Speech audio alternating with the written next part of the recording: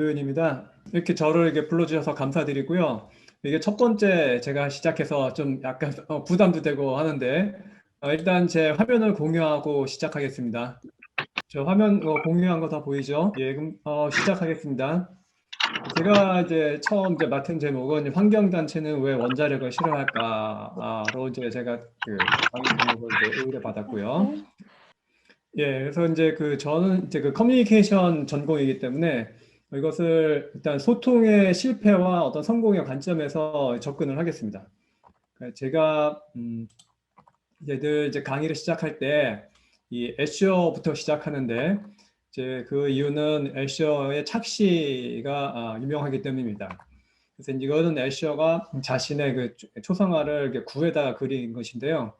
요 가운데 이제 그 애쉬의 얼굴이 보이죠? 이제 거기다가 이제 제 얼굴을 넣어서 한번 이렇게 만들어 봤습니다. 그리고 괜찮아서 한번 해봤는데, 자, 요것이, 그러니까 워싱턴 얼굴에다가도 이제 한번 더 이렇게 넣어봤죠. 그래서 요거 한번 이게, 이번엔 칸디스키 얼굴에도 넣어봤고요. 이제 결국 이제 제 소개, 이제 아까 이제 말씀드렸는데, 이게 제 소개고요. 요거는 이제 제가 그러니까 학교 이제 재학 시절에 썼던 논문이 이제 학술지에 게재됐던 거고, 그게 MSNBC에도 잠깐 보도되긴 했습니다. 그래서 이제 제 전공은 이제 미디어 심리학인데, 그러니까 이제 미디어 심리학은 결국 뭐냐면 결국 미디어, 그러니까 이제 매체에 관련된 그걸 우리가 왜 선택을 하고 이제 그런 미디어를 이용하는 것이 우리한테 어떤 영향을 줄 것인가라는 걸 연구하는 학문이 이제 미디어 심리학입니다. 그래서 저는 이거를 갖다가 이제 보통 사회과학이긴 하지만은 그 세포 수준에서부터 개인 그리고 사회 수준에서 통합적인 접근을 하게 되고요. 그래서 관련 분야는 건강, 위험, 과학, 환경 다양한 분야에 이제 관련이 되어 있습니다. 그럼 앞에는 그냥 제 공식적인 이야기고 제가 좀 진짜 누굴까라는 걸 할 때 혹시 이제 이게 아닐까라고 하는데 이건 제가 좀 정신이 이상하기 때문에 그런 게 아니고 이 초상화 때문에 그래요. 그래서 이거는 왜 이게 좋아하냐면은 바로 우리 호접지몽 고사 때문인데 그 호접지몽이면은 이 장자께서 나비의 꿈을 이제 꾸었던 바로 그 고사죠. 그래서 낮잠을 이제 주무시고 깼는데 그것이 나비가 내 꿈을 꾸고 있는 거냐 아니면은 내 장자가 나비 꿈을 꾼 거냐 과연 어느 것이 진짜인가라는 거에 대한 질문을 한 바로 한 것이 바로 호접지몽인데 이것이 굉장히 중요한 의미를 갖고 있습니다. 그 이유는 우리가 알고 있는 세상이 바로 우리가 그 세상이냐라고 하는 건데 자 여기에 보이는 그 사람이 누군가요? 한번 채팅창에 한번 더 적어 보시죠. 이거 누가 보이는지.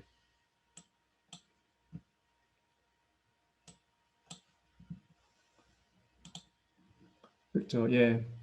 아인슈타인이 보이거든요. 명백해요. 아인슈타인인데 마릴린 monroe라고 보이시는 분은 좀 이게 화면이 작으신 분 같아요. 자, 아인슈타인이에요. 아인슈타인인데 제가 이거 좀 줄여볼게요. 자, 그러면 지금 누가 보이나요?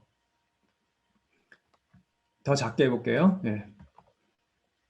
마릴린 monroe예요. 이게 똑같은 사진이거든요. 똑같은 사진인데 아인슈타인처럼 보이다가 이걸 줄이니까 마릴린 monroe처럼 보이죠. 자, 그 이유는 왜 그러냐면은 우리가 볼 때 이게 어느 주파수로 이 사진을 보냐에 따라서 똑같은 사진이지만 아인슈타인처럼 보이기도 하고 몰로처럼 보이기도 하는 겁니다.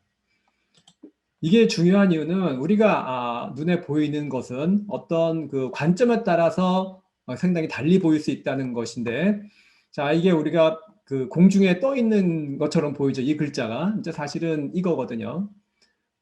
또 이런 어떤 우리가 맥락에 따라서도 또 달리 보이는데 지금 오른쪽하고 왼쪽의 그림을 보면은 자, 왼쪽에 있는 똑같은 거예요. 똑같은 건데 단지 맥락에 주변에 바로 이 주변에 있는 요 부분 요 부분 때문에 이 전혀 달리 보인다는 거죠. 한쪽에서는 이게 좀 밝아 보이고 다른 한쪽은 그냥 흰색이에요. 단지 맥락의 효과예요.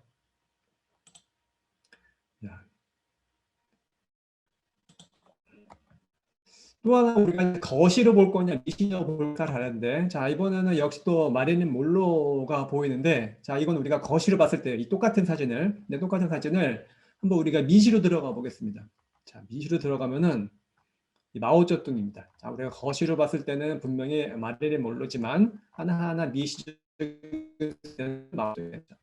그래서 중요한 건 뭐냐면 우리가 알고 있는 세상이 과연 무엇이냐라는 것이죠. 자, 지금 여기에 지금 그림자가 있는데 사람 둘이 등을 맞대고 이제 앉아 있어요. 둘이 맞대고 앉아 있는 그림인데 과연 이 그림자는 어떤 것에 대한 그림자일까요? 자, 지금 이게 좀 어떻게 된 거냐면은 여기에 그 광원이 있는 거고 여기에 광원이 있고 여기에 어떤 실제가 있어요. 그 실제에서 빛이 비치고 있는 겁니다. 빛이 비치고 있는 것인데 이 무엇인가의 그림자입니다. 이게 과연 무엇의 그림자일까요? 그러니까 아시는 분들은 금방 알 수 있겠지만 아마 이걸 처음 보는 분들은 도저히 상상할 수 없을 겁니다. 이게 무엇에 대한 그림자일까? 바로 이 잡동사니예요. 잡동사니. 그래서 지금 여기 보면은 왼쪽에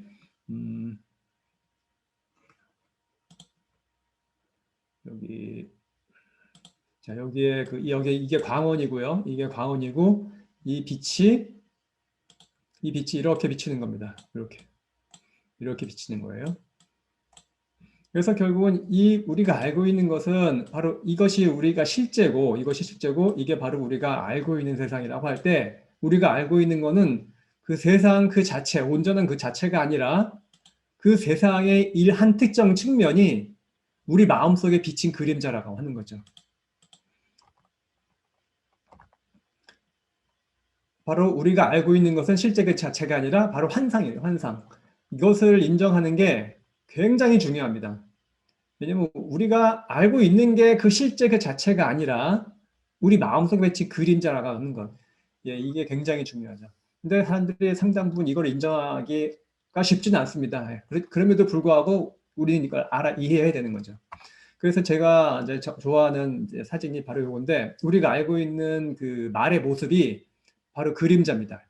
여기 보면은 이게 말의 모습이 이거지만 얘는 사실 이 말의 그림자거든요.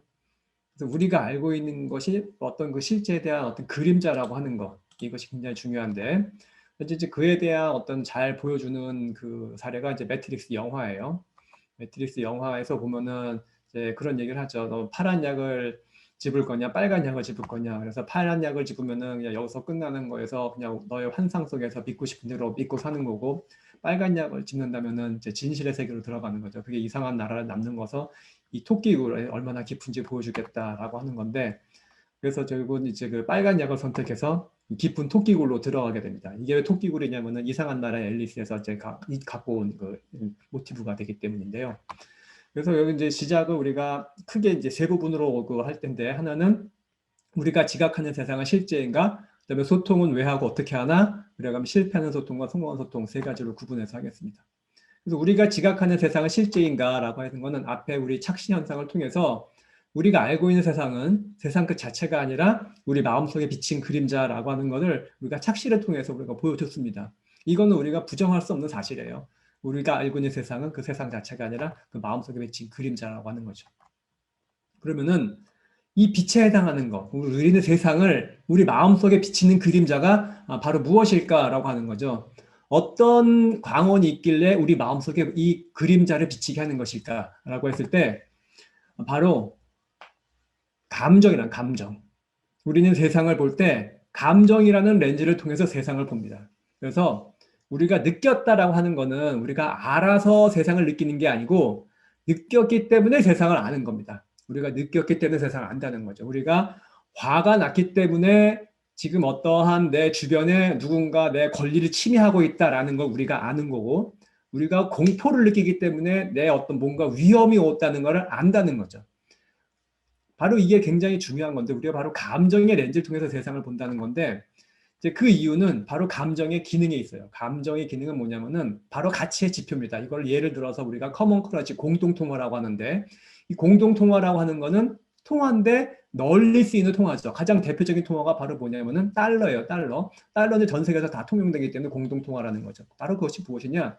우리가 어떤 것 대상에 대해서 가치를 정해주는 게 바로 돈이라고 하는데 마찬가지로 감정은 이런 돈보다 더 강력한 가치의 지표라고 하는 것이죠. 우리가 어떤 것에 대해서 그 가치를 얼마나 가치를 부여할 것인지 얼마나 그 어떤 피해야 될 것이지, 이런 것들을 바로 하는 게 바로 감정이라는 거예요. 그래서 우리가 감정적으로 좋게 느끼는지, 싫게 느끼는지, 화가 나는지, 무서운지, 슬픈지, 자, 이런 것들이 어떤 대상을 우리가 선택할지, 그리고 지금 우리가 지금 상황이 얼마나 실제인지 가짜인지 갖다가 느끼게 되는 건데, 문제는 이 감정이 반드시 늘 정확하게 작동하지는 않는다는 겁니다. 그런 현상 중에 하나가 오귀인인데, 여기서 오라고 하는 건 틀렸다는 거예요. 귀인은 그 원인을 돌린다는 거. 즉 어떤 내가 감정을 느꼈을 때 그 감정의 원인이 무엇이라는 거를, 그 원인을 잘못 돌린다는 거죠. 자, 여기 보이는 사진은 이제 그 캐나다 카필라노 협곡에 있는 이 다리 흔들다리인데, 저 흔들다리 위를 걸어가면은 굉장히 무서울 거예요. 흔들흔들 때. 저 다리를 건너서 온 사람한테 이성이 설문조사를 요청하고 나서 나중에 그 이성에 대해서 얼마나 이성이 매력적이냐라고 질문하면은 그 사람은 어떻게 대답하냐면은, 협곡을 건넜을 때 흔들흔들 하면서 무서웠던 경험이 바로 그 이성 때문에 내 마음이 흥분되는 거라고 오귀인해갖고 그 이성에 대해 상당히 매력적으로 판단하게 됩니다. 그러면 똑같은 현상, 똑같은 거를 똑같은 사람에 대해서 평지에서 했을 때는 그런 현상이 없어요. 근데 저렇게 흔들다리에서 무서울 때 그 무서운 감정이, 그 흥분되는 감정이 바로 이성에 대한 것이라고 오귀인하게 되는 거죠. 자, 이런 현상은 이 월드컵 같은 시즌에 이 가정폭력이 많이 일어나는 현상하고도 이제 설명이 되는데, 자, 월드컵 시즌 때 가정폭력이 굉장히 많이 늘어나요. 그럼 왜 그럴까요? 이걸 오귀인으로 우리가 생각해 볼 수가 있겠죠. 막 월드컵 이런 운동 경기 때는 사람들이 막 흥분을 합니다. 막 흥분하는데 남편들이 TV 앞에서 막 그냥 이기건 지건, 이기면 이긴 대로 흥분하고 지면 지는 대로 흥분해서 막 보고 있어요.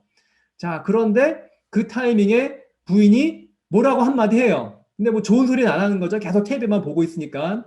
자, 그럴 때 평소 같으면은 뭐 또 잔소리 안 하고 넘어갈 텐데, 자, 막 이기거나 지고 있을 때 막 흥분됐을 때, 딱 그 소리를 들었을 때 그 흥분되는 원인이 바로 저 사람 때문에 내가 이렇게 흥분됐다고 오기인해서 그 사람에 대한 폭력을 행사한다는 거죠. 자, 이게 바로 우리가 감정을 통해서 세상을 이해하는 것에 대한 그 일종의 부작용이라고 할 수 있는 것입니다.